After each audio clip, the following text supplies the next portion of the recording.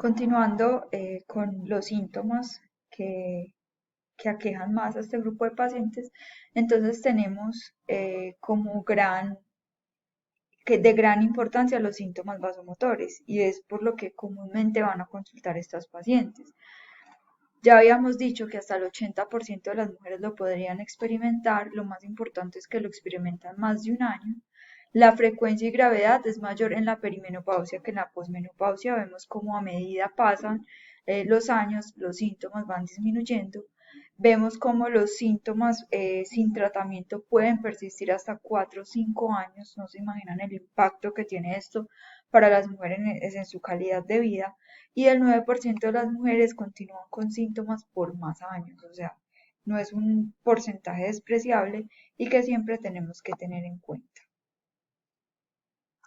Hay unos factores de riesgo que varios estudios han mostrado que indican que pacientes tienen mayor probabilidad de presentar síntomas vasomotores durante la menopausia o sobre todo también su persistencia, que ya no dure un año o 2 años, sino que se prolongue inclusive hasta 9 años. Estos son el sedentarismo, de allí la importancia que en las consultas de ustedes, siempre en este grupo de pacientes siempre promocionen la actividad física. El otro es el tabaquismo, aquellas pacientes que fumen, ojalá decirles que tienen mayor probabilidad de presentar síntomas vasomotores y decirles que los suspendan. Niveles altos de FSH o bajos de estradiol tienen más probabilidad de hacer síntomas vasomotores. Un índice de masa corporal aumentado, aquellas pacientes obesas o en sobrepeso, un bajo estrato socioeconómico, vemos por eso que gran cantidad de nuestra población los puede padecer y que hayan tenido durante su vida reproductiva o sus ciclos menstruales un síndrome disfórico premenstrual previo o que hayan sufrido de depresión. Entonces, ¿qué son los síntomas vasomotores? Son oleadas de 1 a 5 minutos donde hay un aumento de temperatura generalmente ocasionados por vasodilatación. Estas oleadas o este calor que sienten generalmente es en manos y pies y después hay escalofrío por la sudoración. Estos síntomas vasomotores se acompañan comúnmente de palpitaciones, de ansiedad, de irritabilidad, de pánico, de angustia. La depresión de estrógenos trae que haya disminución en los receptores alfa-adrenérgicos, va a haber en el punto de la termorregulación mayor cantidad de norepinefrina y esto va a ocasionar todos estos episodios de vasodilatación y alteración en el punto de la termorregulación. El otro síntoma muy importante y que impacta gran parte de la calidad de vida es el síndrome urogenital o la disfunción sexual. Aproximadamente la mitad de las pacientes van a tener alguna afectación, la disminución del estrógeno, va a haber pérdida de colágeno en los tejidos, va a haber pérdida del tejido adiposo, estos tejidos se van a ver más deshidratados, vamos a ver esto que es comúnmente visto en pacientes posmenopáusicas, esto trae gran impacto en la calidad de vida, genera atrofia y por ende pues es dolorosa la relación sexual, hay disfunción sexual. En cuanto al metabolismo óseo, podemos ver osteopenia y osteoporosis, pero entonces vemos que la osteoporosis es un trastorno esquelético que es caracterizado por un compromiso en la fortaleza del hueso como tal, y ese compromiso en la fortaleza va a aumentar el riesgo de fractura. Pero la fortaleza ósea tiene dos cosas, la densidad y la calidad del hueso. Por eso no es solo hablar de osteopenia y ni decir que es igual, sino que una cosa es tener osteopenia, disminución de la densidad mineral ósea y la otra es tener osteoporosis, que ya tiene que ver con la calidad y la fortaleza del hueso como tal.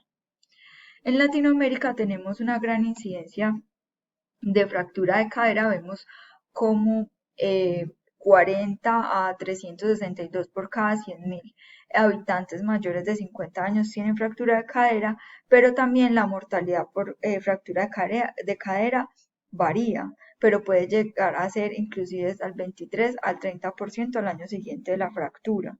Vemos cómo en el Consenso Colombiano para el Manejo de la Osteoporosis del 2018 nos muestran cómo en Bogotá la osteoporosis en mujeres oscila entre el 32% y la osteopenia entre un 42%.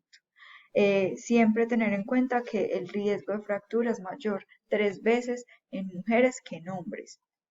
Entonces, también esto es importante porque no solamente van a ver las pacientes menopáusicas, sino que en las pacientes jóvenes que vayan por alguna otra dolencia hay que hacer hincapié que la masa ósea se acumula durante la juventud hasta los 35 años y el riesgo de osteoporosis va a depender de esta reserva.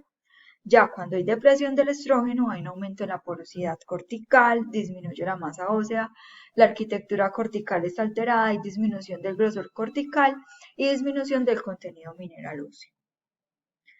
En cuanto a la disfunción cognitiva, esto es bien importante. Vemos cómo disminuyen los estrógenos y la progesterona.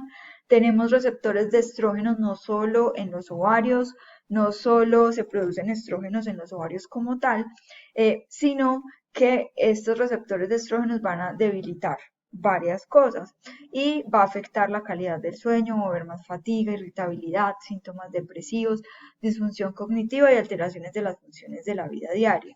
Entonces es importante tener que estas pacientes cuando vayan, me duele aquí, me duele allá, siempre interrogar usted cómo está durmiendo, qué tan irritable está en su casa, tienen buenas relaciones con los que componen su familia, su núcleo, se siente fatigada. Eso puede ser consecuencia de la depresión de estrógenos y puede disminuir pues la calidad de vida como tal. La función cognitiva se ha visto que se afecta después de la menopausia. Entonces, ¿cómo vamos a hacer el diagnóstico de la menopausia? Entonces, tenemos que ya sabemos por definición que la menopausia son más de 12 meses de ausencia o de amenorrea, ¿cierto? Sin otras causas. Pero si esta paciente tiene menos de 40 años, tenemos que pensar ya en una insuficiencia ovárica. Si está entre los 40 y 45, debemos descartar algunas otras características de disfunción del ciclo, una hiperprolactinemia, un hipotiroidismo, que la paciente esté en embarazo. Más adelante vamos a hablar de la importancia de la planificación en este grupo de edad de la perimenopausia. Pero si ya tiene más de 45 años, y ya hay cambios pues en los intervalos menstruales, síntomas menopáusicos, no requiere como tal una medición de FSH.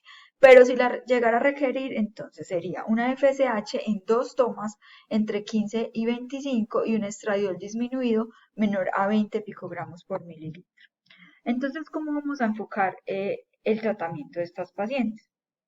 Lo más importante es la prevención y por eso es que ustedes tienen una gran responsabilidad en estas pacientes. Tenemos que en prevención primaria serían todas las menopáusicas, eliminar factores de riesgo, ojalá siempre hiciéramos esto.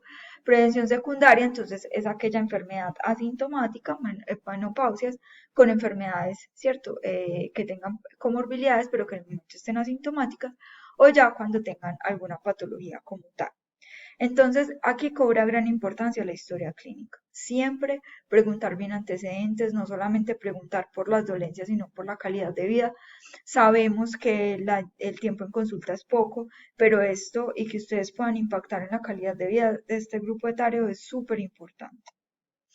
Vamos a hacer un buen examen físico, peso, hay que pesarlas, hay que tallarlas, hay que tomarles la presión arterial y hay que medirles ojalá el perímetro abdominal. Recordemos que un perímetro abdominal mayor de 80 centímetros está relacionado con síndrome metabólico o una relación cintura-cadera mayor de 0,85 que indica con esta relación androide que indica aumento de la grasa a nivel pues abdominal y esta composición ginecoide que es cuando tiene menos de 0,75%, pues 0,75, pero la principal riesgo del síndrome metabólico se da en esta composición androide. Entonces, a pesar, a tallar y a tomar una buena presión en estas pacientes.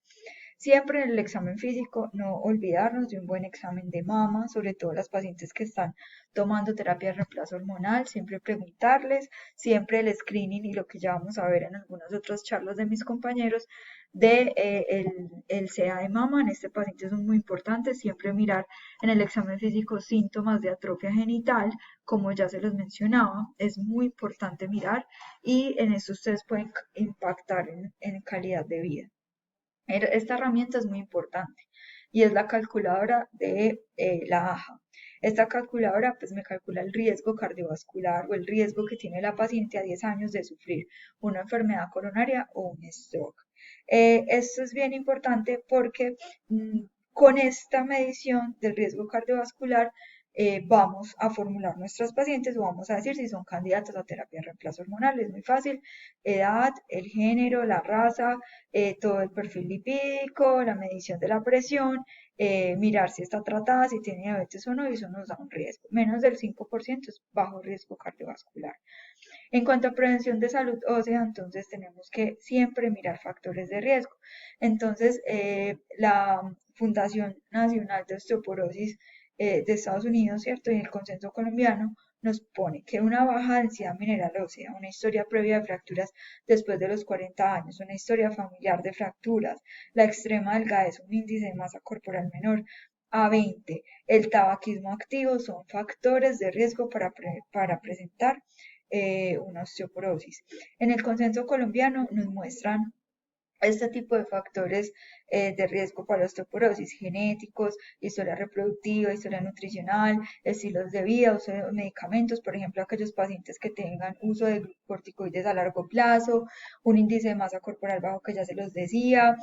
Bueno, ahí hay varias cosas que son importantes tener en cuenta y algunas enfermedades predisponentes que hacen que estos pacientes tengan mayor riesgo de padecer alguna fractura. Pero entonces, ¿a qué pacientes le debemos solicitar una densitometría ósea? Entonces, según la OMS, a todas las pacientes mayores de 65 o pacientes menores de 65 años con índice de masa corporal menor a 19, fracturas previas por fragilidad, o sea, aquellas fracturas que no impliquen un trauma mayor, el uso de medicamentos de alto riesgo, enfermedades o condiciones asociadas con la pérdida del hueso como una menopausia precoz, una infección por VIH o cualquier persona que esté en tratamiento de osteoporosis son las que son indicadas o las que necesitan la densitometría ósea.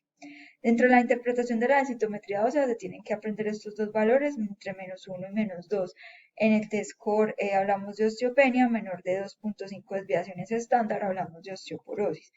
¿Y esto para qué nos sirve? Entonces tenemos el FRAX, que no es una calculadora, uno se mete a esta página de esta universidad, podemos seleccionar el país porque incluyeron en este estudio pacientes de nuestro país y nos da el riesgo de fractura a 10 años con todos estos ítems que nos piden ahí. Si el sexo, bueno, peso, estatura, fractura previa, todos los antecedentes, y eso nos da exactamente este score que nos muestra la probabilidad a 10 años de fractura de osteopenia. Entonces, siempre ubicamos en la edad años, ¿cierto? Y lo que nos dé probabilidad, de ahí nos da si tratar, si enviar de sintometría o no tratar. Esta es la importancia del FRAX. Pues para que ustedes lo sepan, por si alguna paciente viene con alguno de estos exámenes y necesitan pues una interpretación o que ustedes sepan enfocar más o menos la paciente. En los paraclínicos en osteoporosis, llega la paciente con una densitometría. No les estoy diciendo que tengan que tratar como tal la osteoporosis, pero sí sería súper bueno que cuando la paciente llegue con la densitometría, con menos de 2.5 desviaciones estándar, ustedes sepan qué paraclínicos o con qué paraclínicos los van a remitir. Un hemograma, una creatinina, un calcio, transaminasas y fosfatas alcalinas, sobre todo por las enfermedades que pueden ser causa de pérdida de la calidad o de la fortaleza del hueso, o para inicio de antirresortivos o algún tratamiento para la preeclampsia como tal, para la menopausia y la osteoporosis como tal.